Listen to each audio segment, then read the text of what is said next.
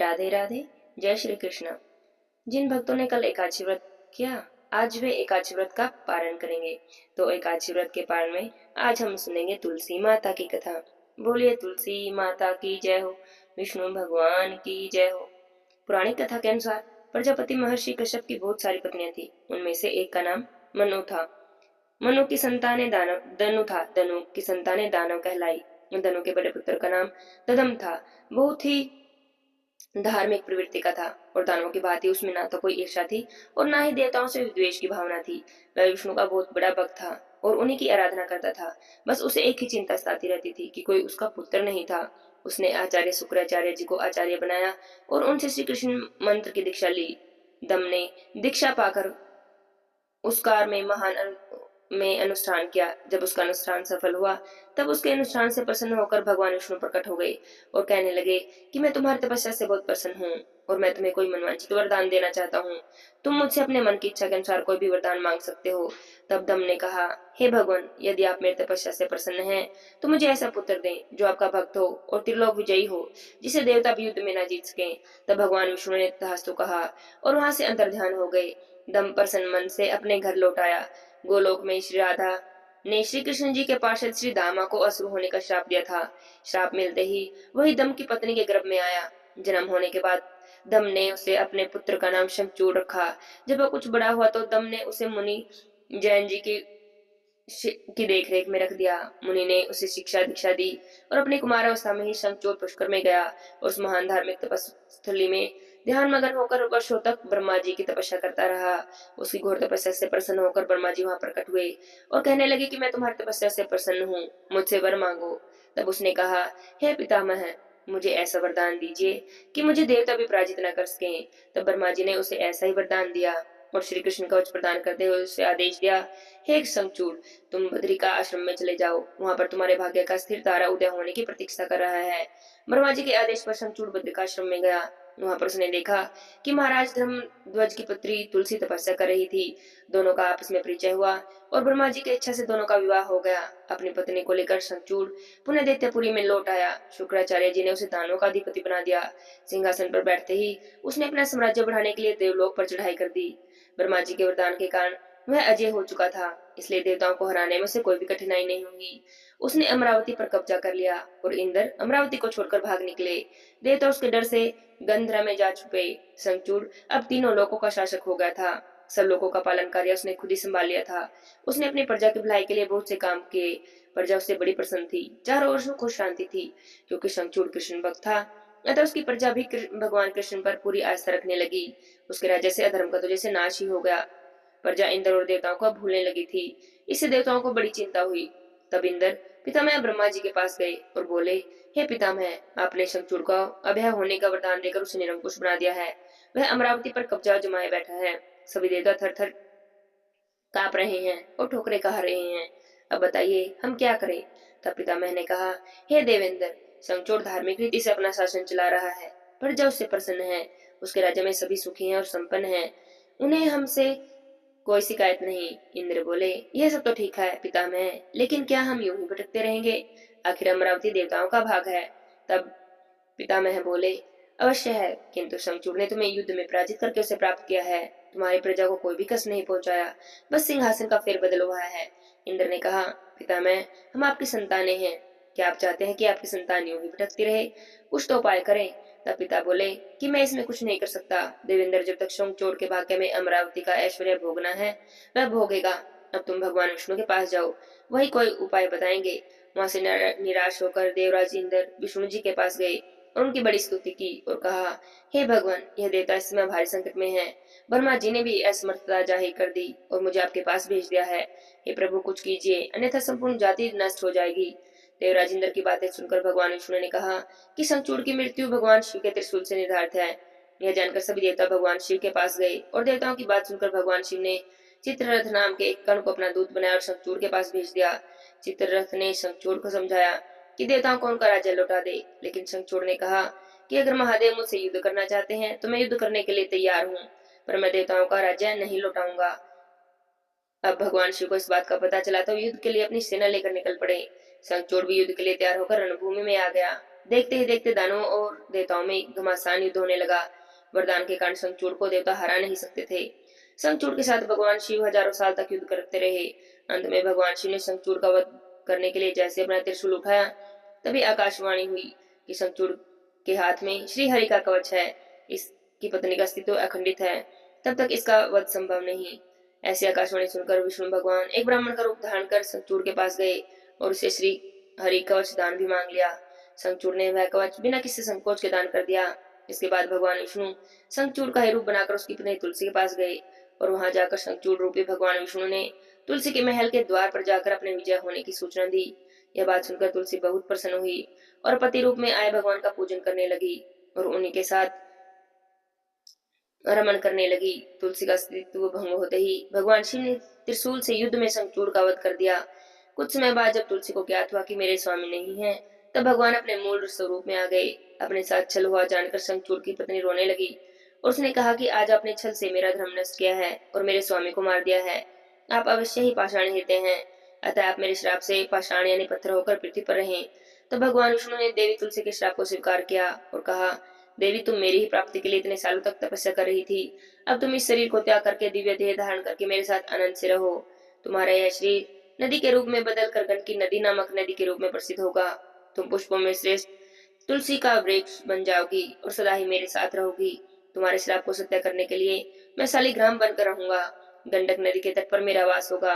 नदी में रहने वाले करोड़ों कीड़े अपने तीखे दांतों से काट काट कर उस पाषाण के चक्कर में मेरे चक्र का चिन्ह बनाएंगे।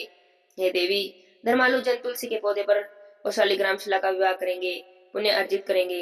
एकादशी के दिन भगवान शालिग्राम और तुलसी जी का कोई भी पूजन करेगा, उसकी सभी मनोकामनाएं पूरी होंगी। जो मेरे को तुलसी अर्पित करेगा, उसकी सभी मनोकामनाएं मैं पूरी करूंगा। ऐसा कहकर भगवान विष्णु वहां से अंतर्ध्यान हो गए।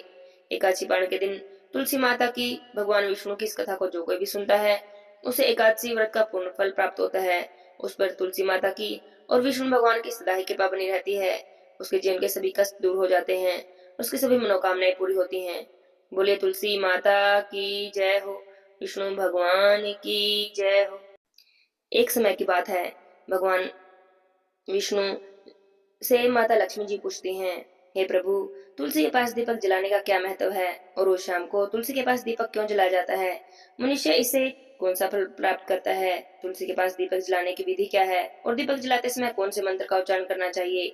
सारी बातें कृपा करके मुझे विस्तार से बताइए। तब भगवान श्री हरि विष्णु जी ने कहा, हे देवी, आज आपने समस्त मानव जाति के कल्याण के लिए बहुत ही महत्वपूर्ण प्रश्न किया है। आपके इस प्रश्न का उत्तर देने से पहले मैं आपको एक प्राचीन कथा सुनाता हूँ, जिससे आपको आपके सभी प्रश्नों का उत्तर मिल जाएगा। आप ध्यान से इस कथा को सुनिए। इस कथा को सुनने मात्र से ही 100 वर्षों तक तुलसी के पास दीपक जलाने का पुण्य प्राप्त होता है। तब माता लक्ष्मी जी कहती हैं, हे प्रभु, मैं इस कथा को सुनने के लिए उत्सुक हूँ, कृपा करें और इस कथा को सुनाना प्रारंभ करें। तब भगवान विष्णु माता लक्ष्मी को कथा सुनाते हैं। श्री हरि भगवान विष्णु जी कहते हैं, हे देवी, पूर्व काल की बात है। दक्षिण दिशा में तुंगभद्रा नाम की एक बहुत ही बड़ी नदी है। इस नदी के किनारे पर हरिहरपुर नाम का एक अत्यंत सुंदर नगर बसा हुआ है। उसी नगर में काशी नाम के एक ब्राह्मण निवास करते थे। वे ब्राह्मण अत्यंत गुणवान, चित्रवान और धर्म कार्य करने वाले थे। वेदों को मार्ग पर चलने वाले थे। उन्होंने सभी शास्त्रों का अध्ययन किया हुआ था। उन ब्राह्मण की एक पत्नी थी, जिसे लोग दुराचारी कहकर बुलाते थे, क्योंकि उसके कर्म ही उसके नाम के अनुसार थे। वह सदा अपने पति को अपमानित करती, अपने पति के लिए कुवाच्य कहती, अपने पति को बहुत दुख देती और कभी भी अपने पति के लिए भोजन नहीं बनाती। अपने पति के साथ कभी शयन भी नहीं किया, कभी उसके साथ प्रेम से व्यवहार नहीं किया। पति के मित्र परिवार के लोग घर पर आते तो वह उनको अपमानित करके भगा देती और समकाम भान से उन्मुक्त होकर निरंतर अन्य व्यभिचार स्त्रियों के साथ घुमा करती। उसका मन पति को छोड़कर प्राय पुरुषों में ही लगा रहता। उसने कभी अपने पति से प्रेम से बात नहीं की, किंतु प्राय पुरुषों के संग बैठकर बातें किया करती थी। प्राय पुरुषों को मोहित करने के लिए सज धज कर गांव में घूमने जाती। कभी वन में, कभी किसी वृक्ष के नीचे खड़ी रहकर सुंदर पुरुषों की राह देखती और किसी दुष्ट को पुरुष को मोहित करके उसके संग भोग विलास करती। फिर एक दिन वह दुराचार स्त्री वन में जाकर एक वृक्ष के नीचे खड़ी हो गई। उस समय उसका चित्त काम से भरा हुआ था। वह किसी सुंदर कामी पुरुष की राह देख रही थी, किंतु बहुत समय बाद भी उस स्थान पर कोई पुरुष नहीं आया। तो वह बहुत दुखी हो गई और प्रीतम की खोज में इधर उधर देखने लगी। उस दिन उसका सारा परिश्रम व्यर्थ हो गया। वह वहां पर खड़ी होकर नाना प्रकार की बातें कहकर विलाप करने लगी। आज तो इस मार्ग में कोई भी सुंदर पुरुष नहीं आया, अब मैं कैसे अपनी काम वासना को शांत करूंगी? इतना कहकर जोर जोर से विलाप करने लगी। उस जंगल में एक भयानक बाघ निवास करता था। उस पाप ने स्त्री की आवाज सुनकर वह जाग गया और उछलकर उस स्त्री को भक्षण करने के लिए उसके पास आ गया। उस भयंकर बाघ को देखकर उस स्त्री के तो पसीने छूटने लगे। वह भय से थरथर कांपने लगी। वह स्त्री कुछ करती, इतने में ही उस बाघ ने अपने पंजे से उसे घायल कर दिया और वह जमीन पर गिर पड़ी। जमीन पर गिरते ही चिल्लाते हुए कहने लगी, अरे बाघ, तू यहाँ किस लिए आया है और मुझे क्यों मार रहा है? मुझे छोड़ दे, मेरा भक्षण करके तुझे क्या मिलेगा? उसकी बातें सुनकर वह बाघ क्षण भर के लिए रुक गया और हंसते हुए बोला, अरे दुष्टा, आज विधाता ने तुझे मेरा ग्रास नियुक्त किया है। तुझे ऐसी स्त्री का भक्षण करना ही मेरा काम है, तभी तुझे इस शरीर से मुक्ति मिलेगी। और तब वह स्त्री कहने लगी, हे बाघ, तुम कौन हो? मुझे सच सच बताओ, किस कारण से तुम्हें बाघ की योनि में जन्म लेना पड़ा और तुम मुझे ऐसी स्त्रियों का भक्षण क्यों करते हो? पहले मुझे सारी बात बताओ, फिर मेरा भक्षण करना। तब बाघ कहता है, अरे पापनी, मैं तुझे अपने पूर्व जन्म का सारा वृत्तांत सुनाता हूँ, किस कारण से मुझे बाघ बनना पड़ा। ध्यान से सुन। पूर्व काल में दक्षिण देश में एक नदी थी। उस नदी के तट पर एक नगर बसा हुआ था। उस नगर में मैं निवास करता था। मैं एक ब्राह्मण का पुत्र था और नदी के किनारे बैठकर यज्ञ आदि कार्य करता था। मैंने उस जन्म में अनेक पापियों के लिए यज्ञ किए और पापियों के घर का भोजन किया। मैंने धन के लोभ से अनेक पापियों के लिए कार्य किया। जिन वस्तुओं का दान ब्राह्मणों को नहीं लेना चाहिए, उन वस्तुओं का दान भी मैंने ग्रहण किया और दूसरों से धन लेता था, लेकिन कभी वापस नहीं करता। इस प्रकार पाप करते करते मुझे बहुत साल बीत गए और मैं वृद्ध हो गया। मेरे बाल सफेद हो गए, मुंह के सारे दांत भी गिर गए, लेकिन फिर भी मेरे दान लेने की आदत नहीं छूटी और मैं पाप करता ही चला गया। एक दिन धन के लोभ से नदी किनारे गया और अन्य धूर्त ब्राह्मणों के साथ मिलकर हमने लोगों को वहां पर ठगा। झूठे मंत्र वचन बोलकर हमने बिना विधि विधान के ही देवी देवताओं का पूजन किया और बहुत सारा धन दान में ले लिया। फिर उसी स्थान पर एक बीमार कुत्ते ने मेरे पैर में काट लिया और मूर्छित होकर मैं गिर पड़ा। उसी क्षण मेरे प्राण चले गए। फिर यम के दूत उस स्थान पर प्रकट हुए और मुझे पकड़कर यमपुरी में ले गए। वहां पर यमराज ने चित्रगुप्त से मेरे कर्मों का लेखा जोखा निकालने के लिए कहा। फिर चित्रगुप्त कहने लगे, हे धर्मराज, इस ब्राह्मण ने तो घोर पाप किए हैं। इसने दूसरों से झूठ कहकर धन लूटा है, विधि विधान से पूजा न करके झूठे मंत्र बोलकर भगवान का अपमान किया है, इसलिए यह पापी ब्राह्मण केवल नरक जाने के योग्य है। फिर धर्मराज ने अपने दूतों को आदेश देकर मुझे नरक की अग्नि में डाल दिया और कई वर्षों तक सजा भोगने के बाद मुझे बाघ का यह शरीर प्राप्त हुआ और मैं इस दुर्गम वन में निवास करने लगा। मैं अपने पूरे जन्म के पापों को याद करके कभी महात्मा, कभी साधु पुरुष और कभी भी सती स्त्रियों का भक्षण नहीं करता। मैं केवल पापी, दुराचारी और उल्टा स्त्रियों का ही भक्षण करता हूँ, ताकि मुझे अपने पापों से मुक्ति मिल जाए। फिर वह भाग उसी स्त्री से कहने लगा, हे पापनी, तेरे आचरण से तो तू उल्टा दिखाई देती है। अपने पति को छोड़कर तू इस वन में अन्य पुरुषों के साथ भोग विलास करने आई है, इसलिए आज तू ही मेरे ग्रास अवश्य बनेगी। इतना कहकर उस बाघ ने अपने तीक्ष्ण नाखून से उस पापी स्त्री के टुकड़े टुकड़े कर दिए और उसे खा लिया। फिर उस स्थान पर यम के दूत प्रकट हुए और उस पापनी स्त्री को उठाकर यमपुरी में ले गए। चित्रगुप्त ने उस स्त्री का लेखा जोखा निकाला और यमराज जी को बताया। यमराज ने उस स्त्री को घोर नरक में डाल दिया। कई वर्षों तक नरक की अग्नि में जलने के बाद फिर से पृथ्वीलोक पर एक चंडाल के घर में जन्म लिया और फिर से दुख भोगने लगी। इस दुख को सहन करते करते एक दिन वह तीर्थों में स्नान करने की वजह से अनंतपुरा में चली गई। वहां पर एक आश्रम के बाहर निवास करने लगी। वहां पर उस आश्रम में एक तुलसी का पौधा था। अन्य स्त्रियों को वहां पर उसने तुलसी के पास दीपक जलाते हुए देखा। उस पापी स्त्री ने भी वही किया। उसने तुलसी के पौधे के पास एक दीपक जला दिया। फिर उसी रात हृदयघात से उसकी मृत्यु हो गई और यमराज के दूत उसे ले जाने के लिए वहां पर प्रकट हुए। जैसे ही यम के दूत उस पापी स्त्री को पास में बांध कर ले जाने लगे, तभी भगवान विष्णु के दो पार्षद उस स्थान पर प्रकट हुए और उन्होंने उन दोनों को रोक दिया और कहने लगे, हे दूतो, तुम इस स्त्री को छोड़ दो, यह नरक जाने के योग्य नहीं। तुम किसके आदेश से ऐसा धर्म कर रहे हो? तब यमदूतों ने कहा कि हम यमराज के आदेश से इसे लेने आए हैं, किंतु आप हमें किस बात से रोक रहे हैं?